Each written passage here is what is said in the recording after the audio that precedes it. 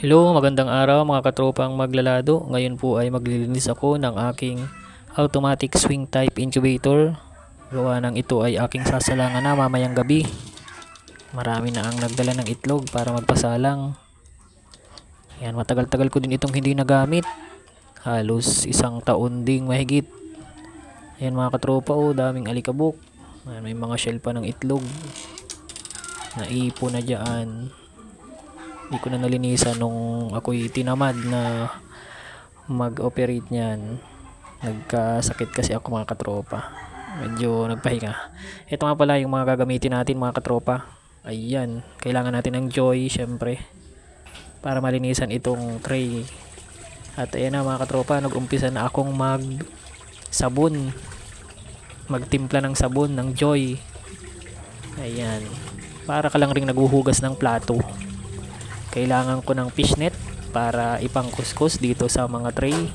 Meron akong 4 na tray na lilinisan mga katropa. So ang inuna ko linisan yung pinakang malinis.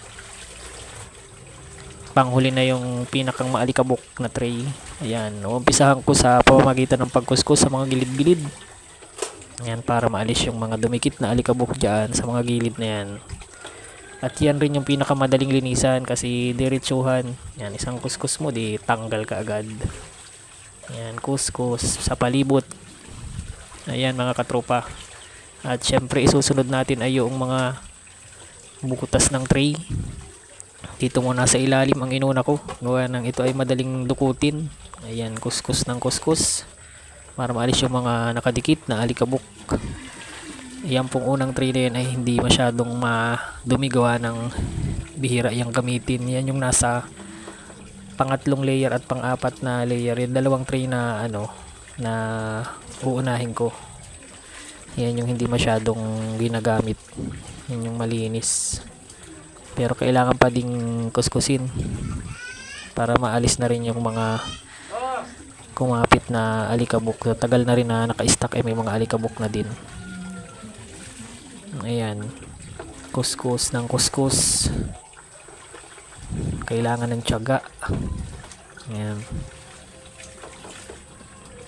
kuskus.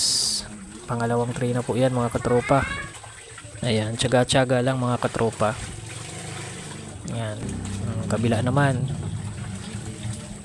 Pag naka na ang inuuna ko ay mga kanto-kanto. Ito pong parte na ito ng tray ang medyo mahirap na linisan kasi naandyan yung mga matutulis, nakakasugat din ng daliri, kailangan ng pag-iingat. Yan, grabe po ang nyan, hirap pag kukuskus kasi maraming mga kanto-kanto.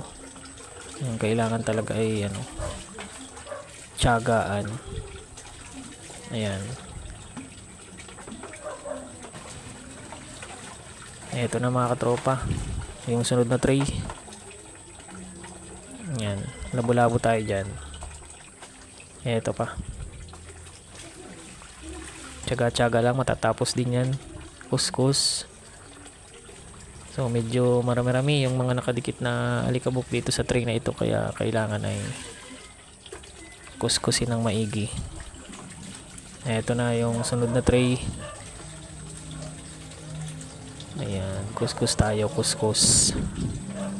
Tiyaga-tiyaga lang mga katropa. Ayan. Eto, binaliktad ko na mga katropa. Ayan, banlaw. Kita pa ang mga alikabok na nakadikit. Mayroon pa, sinisilip ko na kung may mga natira-tira pa. Kitang-kita naman kasi mga katropa. Ayan, sipat ulit. Mayroon pa, may natira pa. Kuskus na naman. Grabe ang dumi.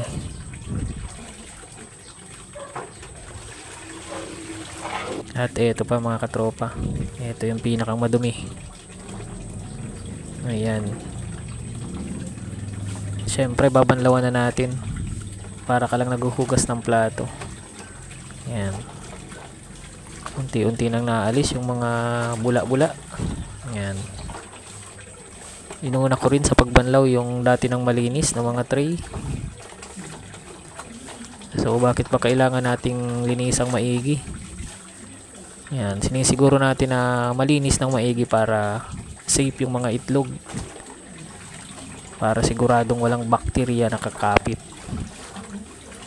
Kasi nung mga nakaraan may mga sumabog na itlog. Nung nakaraang taon na magsalang ako. Kaya mga katropa, nasabog ang itlog gawa ng bakterya. Yan, kapag ka madumi yung itlog na isinalang. Yan. Pinapasok yun ng bakterya sa loob at yun ang nagiging dahilan ng pagputok ng itlog. Nadadamay kasi mga katropa yung ibang mga itlog na malilinis. Hindi na rin mga napirisa. Pag may nagputok na kahit isa lang, ay nung nakaraan, sus na daming itlog yan. Halos nasa 10 yata yung nagpurutukan na isa lang ang may-ari. Sabi kasi malinis daw. Ang pala naman ay nasa madumi, nangingitlog yung manok. Kaya ngayon hindi na ako matanggap ng mga maduduming itlog, binabalik ko.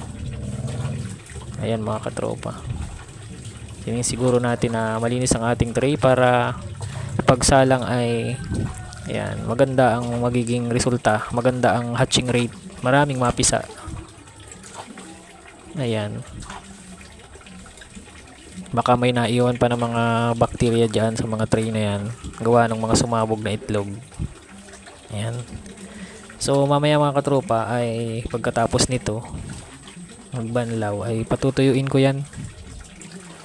Pagkatapos patuyuin ay i-disinfect ko gamit ang suka, yung sukang paumbong. Pupunasan ko yung yan, mga butas-butas, yung mga tray na yan.